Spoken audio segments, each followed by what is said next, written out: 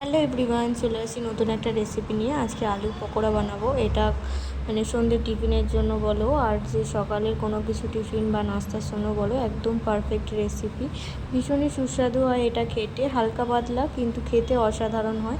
এটার জন্য প্রথমেই আলুগুলো আমি সিদ্ধ করে নিয়েছি, ভালো করে সিদ্ধ করে ছাল ছাড়িয়ে নিয়েছি। ছাল শুদ্ধ আলুগুলোকে সিদ্ধ করেছিলাম, কারণ ছাল শুদ্ধ কিন্তু সিদ্ধ করলে টেস্টটা একটু অন্যরকম হয়। তারপরে আলুটাকে ভালো করে ম্যাশ করে তার উপরে আমি চালের গুঁড়ো দিয়ে দিয়েছি, আদা রসুন পেস্ট দিয়ে দিয়েছি, একটু ধনে গুঁড়ো দিয়েছি, একটু জিরে গুঁড়ো দিয়েছি, পরিমাণ মতো একটু নুন, একটু লঙ্কার গুঁড়ো দিতে হবে। দিয়ে ভালোভাবে এটাকে নাড়াতে চাড়াতে হবে। পেঁয়াজ দিতে হবে এর উপরে, একটু ধনেপাতা ফ্লেক্স দিয়ে দিতে হবে। ধনেপাতাটা আমার কাছে সত্যি কথা বলতে থাকে না বলে আমি ধনেপাতা কিন্তু শুকনো করেই রেখে দিই। এটার গন্ধটা কিন্তু সেমই থাকে।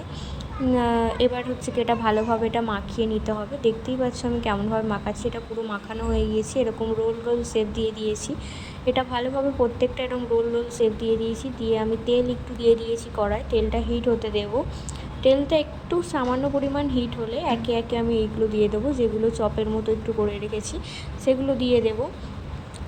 এটা পুরোপুরি একের পর এক দিতে থাকবো। এটা যতক্ষণ না নিচের দিক থেকে দেখতে পাবে যে লাল লাল হয়ে যাবে। কালারটা দেখতে পাচ্ছ অনেকটা এখন চেঞ্জ হয়ে গেছে। এবার আমি উল্টে দেবো, সব কটাকে উল্টে দেবো একে একে। সব কটা উল্টে দেওয়া হয়ে গেলে দেখতে পাবে যে অপর দিকের কালারটা পুরো চেঞ্জ হয়ে গিয়েছে। দেখতেই পাচ্ছ এর কালারটা কতটা চেঞ্জ হয়ে গিয়েছে। একে একে আমি সব কটা উল্টে দিয়েছি, দেখতে পাচ্ছ। উল্টে দেওয়া হয়ে গেলেই এটা কিন্তু তৈরি হয়ে যাবে। এটা কিন্তু আমি বেশি তেল দিইনি, অল্প তেলেই আমি এটা ভেজে নেব, কারণ বেশি তেল দিলে বেশি তেল টানবে। সেই জন্য দেখো এখানটায় তৈরি হয়ে গেছে, কত সুন্দর দেখতে লাগছে। এটা সসের সাথে নর্মাল খেতে অসাধারণ লাগে। আজকে রেসিপি এই পর্যন্তই, আবার দেখাবো নতুন একটা রেসিপি নিয়ে। কেমন লাগলো অবশ্যই কমেন্টে জানাবেন, ভালো লাগলে লাইক কমেন্ট শেয়ার করে দেবেন।